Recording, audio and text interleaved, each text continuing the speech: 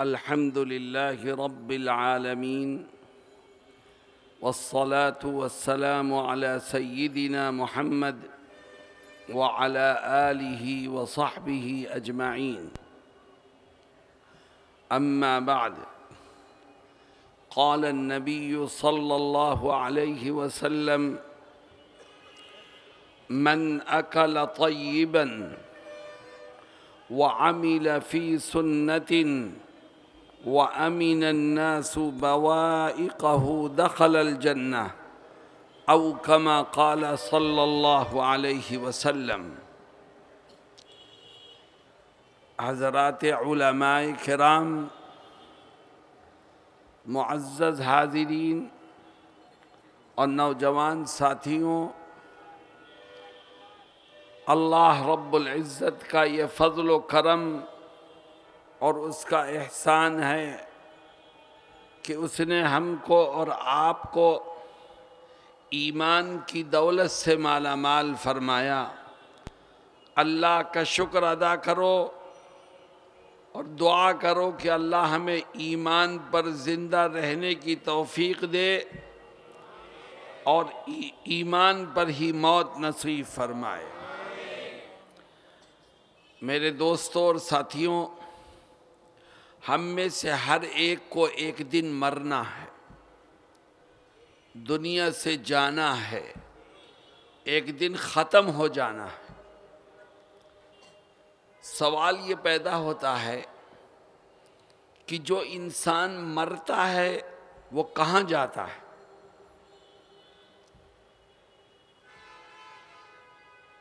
دنیا میں بہت سے مذہب ہیں اور ہر ایک الگ الگ نظریہ اور تصور رکھتا ہے، لیکن اسلام نے اپنے ماننے والوں کو یہ بتایا ہے کہ مرنے سے انسان ختم نہیں ہوتا بلکہ ایک دوسری دنیا میں منتقل ہوتا ہے، اور اس دوسری دنیا میں دو ٹھکانے ہیں، ایک جنت ہے، دوسرا جہنم ہے۔ اور عجیب بات یہ ہے کہ جتنے ہم لوگ یہاں بیٹھے ہیں یا جتنے مانش دنیا میں ہیں، ہر ایک کی دو سیٹیں ہیں اللہ کے ہاں، ہر ایک آدمی کی، ایک جنت میں ہے، ایک جہنم میں ہے۔ اللہ رب العزت نے دونوں جگہ ہر انسان کی سیٹ رکھی ہے، اور پھر انسان کو یہ اختیار دیا ہے کہ ان میں سے جون سی سیٹ چاہو کینسل کرا دو اور جون سی سیٹ چاہو کنفرم کرا لو۔ ہماری ایک سیٹ جنت میں بھی ہے، ایک جہنم میں بھی ہے۔ آؤ ہم دعا کریں کہ اللہ ہماری جنت والی سیٹ کو کنفرم کر دے اور جہنم والی سیٹ کو کینسل کر دے۔ لیکن میرے دوستوں اور ساتھیوں، جنت والی سیٹ اگر کنفرم کرانا چاہتے ہو تو یہ کام صرف دعاؤں سے نہیں ہوگا، صرف خواہشات سے نہیں ہوگا، صرف چاہنے سے نہیں ہوگا، بلکہ اس کے لیے دنیا کی اس زندگی میں کچھ کام کرنے پڑیں گے۔ مجھے بتاؤ کہ وہ کام کرنے کے لیے تیار ہو؟ کتنے کام کرنے پڑیں گے؟ کیا کام کرنے پڑیں گے؟ بہت لمبی فہرست نہیں ہے، صرف 3 کام ہیں، صرف 3 کام۔ جس نے دنیا کی اس زندگی میں یہ 3 کام کر لیے، اللہ اس کی جنت والی سیٹ کو کنفرم کر دے گا اور جہنم والی سیٹ کو کینسل فرما دے گا۔ وہ 3 کام کیا ہیں؟ میں ایک ایک کر کے بیان کروں گا، مگر میری ایک شرط ہے، اور وہ شرط یہ ہے کہ اس بات کا عہد کرو کہ ہم ان تینوں کاموں کو سن کر کے ان پر عمل کریں گے۔ میرے دوستوں وہ 3 کام ہیں کیا؟ نماز، روزہ، حج، زکوٰۃ، اس کا تذکرہ نہیں ہے۔ کیوں؟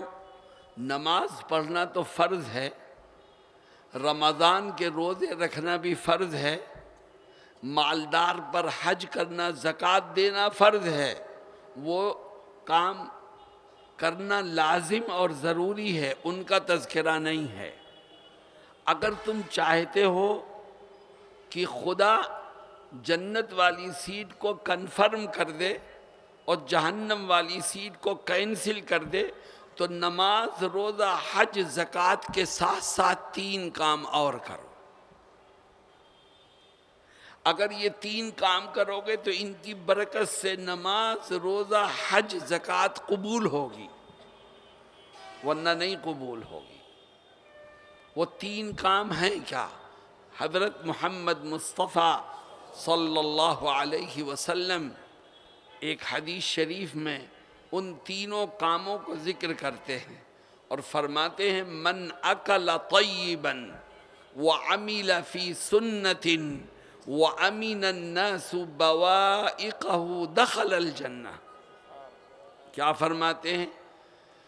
کہتے ہیں کہ اگر تم یہ چاہتے ہو کہ اللہ تمہاری جنت والی سیٹ کو کنفرم کر دے اور جہنم والی سیٹ کو کینسل کر دے تو نماز، روزہ، حج، زکوٰۃ کے ساتھ ساتھ 3 کام اور کرو۔ ان 3 کاموں میں سے پہلا کام یہ ہے کہ آج سے اس بات کا عہد کر لو کہ زندگی کے آخری سانس تک جو لقمہ میرے پیٹ میں جائے گا وہ حلال کا ہوگا۔ اگر تمہارا کھانا حلال ہے، تمہارا پینا حلال ہے، تمہارا کاروبار حلال ہے، تمہاری بزنس حلال ہے، تمہاری آمدنی حلال ہے، تو اللہ اس کی برکت سے تمہاری نمازیں بھی قبول کرے گا، روزے بھی قبول کرے گا، حج بھی قبول کرے گا، زکوٰۃ بھی قبول کرے گا۔ اور اگر ان آدمی مانش حرام کھاتا ہے اور نماز پڑھتا ہے تو جو حرام کھا کے نماز پڑھے گا اس کی نماز قبول نہیں ہوگی، جو حرام کھا کے روزہ رکھے گا اس کا روزہ قبول نہیں ہوگا، جو حرام کھا کے حج پر جائے گا یا زکوٰۃ دے گا اس کی کوئی نیکی قبول نہیں ہوگی۔ میرے دوستوں اور ساتھیوں، اتنا بڑا مجمع ہے، میری طبیعت خراب ہے، میری آواز سے آپ سمجھ رہے ہوں گے نزلہ زکام ہے، لیکن میں پھر بھی بول رہا ہوں۔ کیوں؟ میں یہ چاہتا ہوں اس مجمع کا ایک ایک آدمی جنت میں جانے والا بن جائے۔ جو کاروبار کرو سچائی کے ساتھ کرو۔ آج مسلمانوں کے کھانے پینے اور کاروبار کو حرام بنانے کی کوشش کی جا رہی ہے۔ چنانچہ مسلمان کاروبار کرتا ہے، کیسا؟ سودی کاروبار کرتا ہے۔ سود لینا بھی حرام، سود دینا بھی حرام، سودی کاروبار بھی حرام۔ یاد رکھو، تم نے 5 حج کر لیے، ہر سال روزے رکھے، عمرے پر گئے، صدقہ خیرات کی، لیکن تم نے اپنے کاروبار میں سود ملا کر کے اس کو حرام کر دیا تو اللہ کے ہاں کوئی نیکی قبولیت کے درجے کو نہیں پہنچے گی۔ جناب رسول اللہ صلی اللہ علیہ وسلم یہی فرماتے ہیں کہ اکل طیباً، رزق حلال کھاؤ تو اللہ جنت والی سیٹ کو کنفرم کر دے گا اور جہنم والی سیٹ کو کینسل فرما دے گا۔ میرے دوستو بتاؤ اس کے لیے تیار ہو؟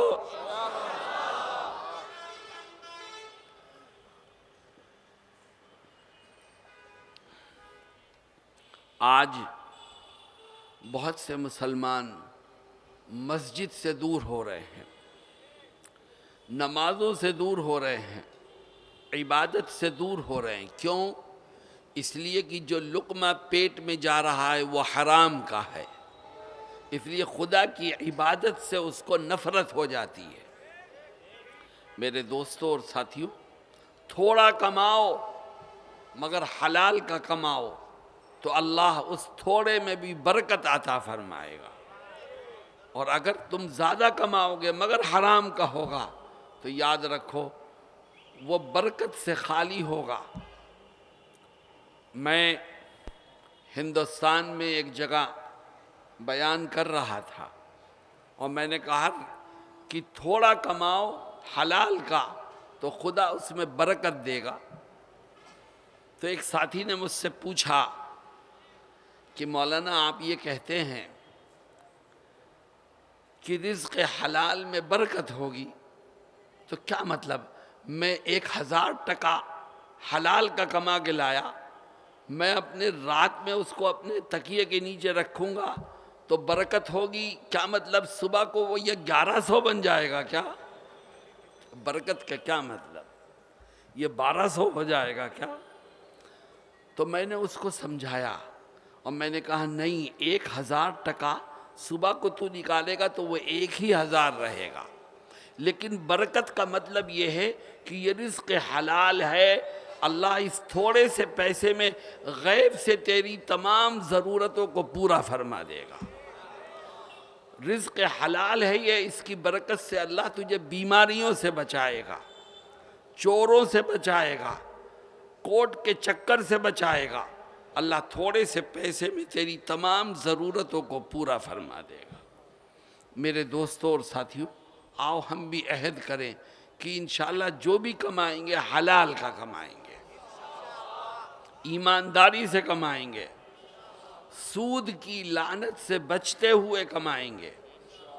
اور دیکھو میری ایک بات سنو، تم نے سود لیا، تم نے جھوٹ بولا، تم نے بے ایمانی کی دولت کو کمانے کے لیے، تو ایک بات ذہن میں رکھو کہ دولت اور روپیہ، پیسہ، ٹکا انسان کو اتنا ہی ملتا ہے جتنا اس کی تقدیر میں لکھا ہوا ہے۔ جتنا تقدیر میں لکھا ہے اتنا ہی ملے گا۔ اب ہمیں اختیار ہے، چاہے ہم حلال طریقے سے لے لیں چاہے حرام طریقے سے لیں، پر جتنا تقدیر میں لکھا ہے اس سے ایک ذرہ بھی ہمیں زائد نہیں مل سکتا، نہ ہم زائد کما سکتے ہیں، نہ کوئی ہماری تقدیر کا ایک لقمہ ہم سے چھین سکتا ہے۔ اللہ رب العزت ہم سب کو رزق حلال کھانے اور کمانے کی توفیق عطا فرمائے۔ نمبر 2، نبی کریم علیہ السلام فرماتے ہیں کہ اگر تم یہ چاہتے ہو کہ جنت میں داخل ہو، جنت والی سیٹ تمہاری کنفرم ہو اور جہنم والی سیٹ کینسل ہو جائے، تو ایک دوسرا کام بھی کرو، نماز، روزہ، حج، زکوٰۃ کے ساتھ ساتھ۔ اے آقا وہ دوسرا کام کیا ہے؟ فرماتے ہیں اگر جنت والی سیٹ کو کنفرم کرانا چاہتا ہے تو تو اس بات کا عہد کر لے کہ زندگی کے آخری سانس تک اٹھتے بیٹھتے، کھاتے پیتے، چلتے پھرتے میں نبی کریم علیہ السلام کی ایک ایک سنت پر عمل کروں گا۔ جو آقا کی سنتوں پر عمل کرتے کرتے دنیا پہ جائے گا، اللہ اس کی جنت والی سیٹ کو کنفرم کر دے گا اور جہنم والی سیٹ کو کینسل فرما دے گا۔ مسلمانوں، میں اپنے دل کا درد بیان کرتا ہوں کہ آج نبی کی سنتوں کو نقصان یہودیوں سے نہیں پہنچ رہا ہے، عیسائیوں سے نہیں پہنچ رہا ہے، کافروں اور مشرکوں سے نہیں پہنچ رہا ہے، آج نبی کی سنتوں کو نقصان خود مسلمانوں سے پہنچ رہا ہے۔ مسلمان نبی کا نام لیتا ہے لیکن نبی کی سنت پر عمل کرنے سے دور بھاگتا ہے، اور دوسروں کے طریقے کو اپناتے ہیں۔ کچھ ساتھی یہاں پر بھی مجھے دکھ رہے ہیں جن کے چہروں پر داڑھیاں نہیں ہیں۔ ہم نے کن کی نقل اتار کے اپنی نبی کی سنت کو کھرچ کے نالی میں بہایا ہے؟ کس کی نقل اتاری ہے؟ یہودیوں کی، اللہ کے دشمنوں کی۔ نبی کو برا بھلا کہنے والوں کی نقل اتارتے ہو تو بتاؤ کل میدان محشر میں نبی کا سامنا کیسے کرو؟ آج جن کے جیب میں چند ٹکے آ جاتے ہیں وہ شادی بیاہ کے موقع پر نبی کی سنتوں کو بھول جاتے ہیں، اور علماء جن کے پاس پیسے ہیں وہ بھی شادی کے موقع پر وہ تمام خرافات کرتے ہیں جو ایک جاہل کرتا ہے۔ کیوں؟ پیسے ہیں اس کے پاس، اس لیے سنتوں کی کوئی حیثیت نہیں۔ جبکہ جناب رسول اللہ صلی اللہ علیہ وسلم فرماتے ہیں اعظم النکاح برکتاً ایسرہ مؤونتاً، سب سے بابرکت شادی وہ ہے جس میں کم سے کم خرچ کیا جائے، جو سادگی سے مکمل کی جائے۔ میرے دوستوں اور ساتھیوں، نبی کی سنتوں پر عمل کرو، اور آج رات میں سونے سے پہلے میری ایک بات کو دھیان سے سنو۔ آج رات بستر پر پہنچنے کے بعد سونے سے پہلے سوچو کہ صبح سے لے کے رات تک کتنی سنتیں ہیں جو ہم سے چھوٹی ہیں۔ غور کرو کون کون سی سنت ہم سے چھوٹی۔ ہم صبح کو اٹھے تو ہم نے اٹھنے والی دعا پڑھی کہ نہیں پڑھی؟ ہم جب بیت الخلاء میں گئے تو ہم نے سنت کے مطابق کون سا پیر پہلے رکھا، کون سا بعد میں رکھا؟ بیت الخلاء میں جانے کی دعا پڑھی کہ نہیں پڑھی؟ باہر نکلے تو کون سا پیر پہلے نکالا، سنت کے مطابق نکلے کہ نہیں نکلے؟ دعا پڑھی؟ ایک ایک چیز کو تلاش کرو کہ کون کون سی سنت چھوٹی ہے۔ جب تم غور کرو گے تو خدا تمہاری مدد کرے گا، اور جب یاد آ جائے کہ یہ چھوٹی یہ چھوٹی یہ چھوٹی تو اپنے رب سے کہو کہ اے خدا آج تک تو سنتیں چھوٹی ہیں، میں توبہ کرتا ہوں اور وعدہ کرتا ہوں کہ انشاءاللہ آئندہ یہ سنتیں نہیں چھوٹیں گی۔ کیوں؟ اس لیے کہ مجھے جنت میں اپنی سیٹ کنفرم کرانی ہے۔ کیوں؟ اس لیے کہ مجھے جہنم والی سیٹ کو کینسل کرانا ہے۔ کیوں بھائی؟ اس پر عمل کرو گے انشاءاللہ۔ آخری چیز، جناب رسول اللہ صلی اللہ علیہ وسلم فرماتے ہیں من اکل طیبا وعمل فی سنت وامن الناس بوائقہ دخل الجنہ۔ فرماتے ہیں اگر تم یہ چاہتے ہو کہ جنت والی سیٹ کنفرم ہو جائے